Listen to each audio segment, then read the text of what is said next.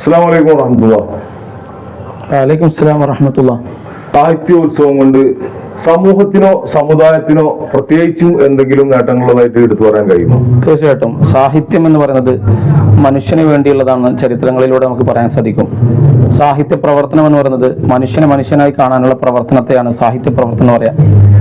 ഏറ്റവും ചെറിയ സാഹിത്യ പ്രവർത്തനം എന്തെന്ന് ചോദിച്ചാൽ ഒരു മനുഷ്യന്റെ മുഖത്തേക്ക് നോക്കി പുഞ്ചിരിക്കലാണ് എന്ന് സാഹിത്യകാരന്മാർ എപ്പോഴും പറയാറുണ്ട്.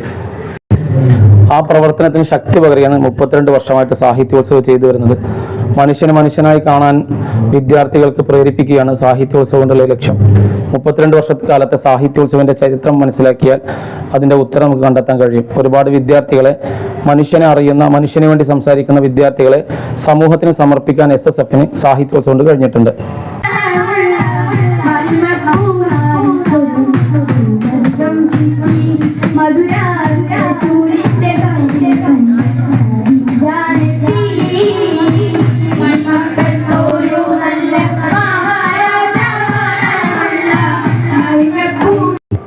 ഓക്കെ, ഇന്ന് കുട്ടികളിലും മുതിർന്നവരിലും ഒക്കെ ആയിട്ട് വിശിഷ്യ ഒരു സമൂഹത്തെ തന്നെ ഗ്രസിച്ചുകൊണ്ടിരിക്കുന്ന ലഹരി മരുന്ന് അല്ലെങ്കിൽ ലഹരി സിൻഡിക്കേറ്റ് ഡ്രഗ്സ് ആയിട്ട് ബന്ധപ്പെട്ടിട്ട് എന്തെങ്കിലും അവയർനെസ് ഇതുമായിട്ട് ബന്ധപ്പെട്ട് നിങ്ങൾ കൊടുക്കുന്നുണ്ടോ?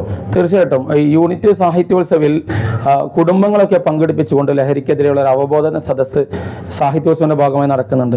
അതോടൊപ്പം തന്നെ ഈ ലഹരിക്ക് അടിമയാകുന്ന വിദ്യാർത്ഥികൾ ഒരു തരത്തിലും സോഷ്യൽ ആക്റ്റീവ് അല്ലാതാകുമ്പോഴാണ് ലഹരി പോലെയുള്ള സങ്കേതങ്ങളിലേക്ക് കുട്ടികൾ എത്തുന്നത്. തീർച്ചയായും അവരെ തിരിച്ചു കൊണ്ടുവരുന്ന, അവരെ സോഷ്യൽ ആക്റ്റീവ് ആക്കാൻ ഇത്തരം സാഹിത്യവേദികൾ കൊണ്ട് സാധിക്കും. ഈ അടുത്ത നടന്ന പഠനത്തിൽ പറയുന്നുണ്ട്, വിദ്യാർത്ഥികൾ ലഹരിക്ക് അടിമയാകുന്ന അല്ലെങ്കിൽ ഇത്തരം സോഷ്യൽ ക്രൈമിന് അടിമയാകുന്ന വിദ്യാർത്ഥികൾ തിരിച്ചു കൊണ്ടുവരണമെങ്കിൽ അവരെ സോഷ്യൽ ജീവികളാക്കി മാറ്റുക, സാമൂഹ്യ അവബോധമുള്ള വിദ്യാർത്ഥികളാക്കി മാറ്റുക എന്നുള്ള പരിഹാരം. അപ്പോൾ ഈ സാഹിത്യോത്സവം കൊണ്ട് ഇത്തരത്തിലുള്ള വലിയ നേട്ടമുണ്ട്. നമ്മുടെ വിദ്യാർത്ഥികളെ ഈ ലഹരിക്കെതിരെ ശബ്ദിക്കുന്ന, ലഹരിക്ക് നിർമ്മാർജ്ജനത്തിന് വേണ്ടി പ്രവർത്തിക്കുന്ന വിദ്യാർത്ഥികളാക്കി മാറ്റാൻ സാധിക്കും. ഇപ്പോൾ അടുത്ത് നടന്ന ചർച്ചയാണ് സൂംബ ഡാൻസ് വിദ്യാർത്ഥികൾക്ക് പരിശീലിപ്പിച്ചാൽ അവർ ലഹരിയിൽ നിന്ന് മാറി നിൽക്കും എന്നുള്ളതാണ്.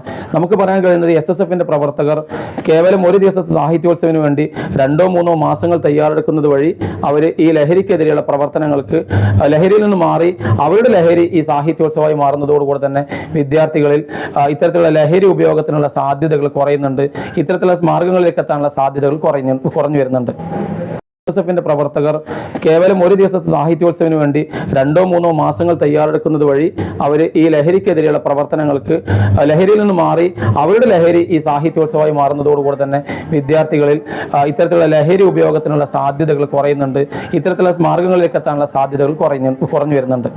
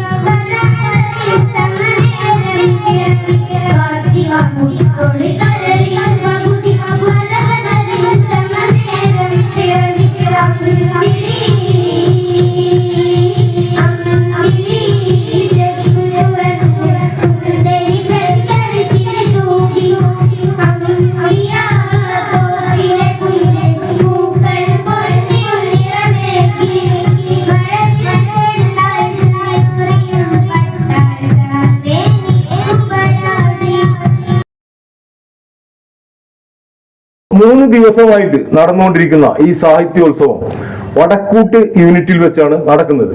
ഇപ്പൊ ഇന്നേക്ക് 3 ദിവസമായി എന്നാണ് ഞാൻ മനസ്സിലാക്കുന്നത്. തീർച്ചയായും. ഇന്ന് ഇതിന്റെ കൺക്ലൂഡിംഗ് ആണോ? സമാപനം ഇന്നാണ്. സമാപനം. ഓക്കെ. ഈ സമാപനത്തോടനുബന്ധിച്ചിട്ട് മത്സരാർത്ഥികളുടെ വിജയികളെ എങ്ങനെയാണ് നിങ്ങൾ തെരഞ്ഞെടുക്കുന്നത്? അതിന് ഉപയോഗിക്കുന്ന മാനദണ്ഡം എന്താണ്? സാഹിത്യോത്സവില് 150 മത്സര ഇനങ്ങളാണുള്ളത്. ഒരു സെക്ടർ തലത്തിൽ സെക്ടർ തല സാഹിത്യോത്സവ മത്സരമാണ് ഇപ്പോൾ നടന്നുകൊണ്ടിരിക്കുന്നത്. ഈ സെക്ടർ തലത്തിലേക്ക് എത്തുന്നതിന്റെ മുമ്പേ പ്രാദേശികമായ യൂണിറ്റ് തലത്തിലും അതിനു മുമ്പ് ബ്ലോക്ക് തലത്തിലും അതിനു മുമ്പ് കുടുംബ തലത്തിൽ ഫാമിലി സാഹിത്യോത്സവം എന്നാണ് ആരംഭിക്കുന്നത്. ഈ സെക്ടർ തലത്തിൽ ഇന്ന് 9 വേദികളിലായിട്ടാണ് മത്സരങ്ങൾ നടക്കുന്നത്. 12 യൂണിറ്റിൽ നിന്ന് മത്സരാർത്ഥികൾ എത്തുക എന്ന് പറഞ്ഞാൽ നമുക്ക് ഊഹിക്കാവുന്നതാണ് അതിന്റെ വ്യാപ്തി എന്നത് വലുതാണ്. അപ്പോൾ 12 യൂണിറ്റിലെ വിദ്യാർത്ഥികൾ 9 വേദികളിലായിട്ടാണ് മത്സരിക്കുന്നത്. 4 ഓൺ സ്റ്റേജുകളും 5 ഓഫ് സ്റ്റേജുകളാണ് ഉള്ളത്. ഇന്ന് 7 മണിക്കാണ് അവസാന മത്സരം കവാലി നടക്കുന്നത്. അതിനുശേഷം പിന്നെ സമാപന സമ്മേളനം നടക്കും. കവാലി എന്ന് പറയുമ്പോൾ സൂഫി ഗീതങ്ങൾ ആലപിക്കുന്ന, മഹാന്മാരെ അനുസ്മരിക്കുന്ന വ്യത്യസ്ത ഭാഷകളിലുള്ള ഗീതങ്ങളാണ് കവാലിയിൽ വരിക. ഉത്തരേന്ത്യൻ ശൈലിയിലാണ് കവാലി ഉണ്ടായിരിക്കുക കൂടുതലായിട്ടും. ഈ 150 ഇവന്റുകളിലും തെരഞ്ഞെടുക്കുന്ന മത്സരികളെ ഓരോ ഘട്ടത്തിലും അവരുടെ പ്രഖ്യാപിക്കും. വിധി നിർണ്ണയിച്ച് 1ാം സ്ഥാനം ലഭിക്കുന്നവരെ അതിനുവേണ്ടി സ്പെഷ്യലൈസ് ചെയ്ത ജഡ്ജസ് ഓരോ വിഭാഗം മത്സരത്തിലും ജഡ്ജ് ചെയ്യാൻ കഴിയുന്ന ക്വാളിറ്റിയുള്ള ജഡ്ജസ് ഇവിടെ ഉണ്ട്. അവർ ആ മത്സരത്തിൽ നിന്ന് വിജയിക്കുന്ന കുട്ടികളെ പ്രഖ്യാപിക്കുകയും അവർക്ക് ജൂലൈ 13, 14 തീയതികളിൽ എരമംഗലത്ത് നടക്കുന്ന പൊന്നാനി ഡിവിഷൻ സാഹിത്യോത്സവത്തിൽ മത്സരിക്കാനുള്ള അവസരം ലഭിക്കുകയും ചെയ്യും. അതിനുശേഷം പരപ്പനങ്ങാടിയിൽ വെച്ചുകൊണ്ട് ജില്ലാ സാഹിത്യോത്സവവും പാലക്കാട് വെച്ച് സംസ്ഥാന സാഹിത്യോത്സവവും പിന്നീട് ദേശീയ സാഹിത്യോത്സവം ഒക്കെ ഇതിന്റെ ഭാഗമായി നടന്നു വരുന്നുണ്ട്. ദേശീയ സാഹിത്യോത്സവം എവിടെ വെച്ചാണ് നടക്കുക?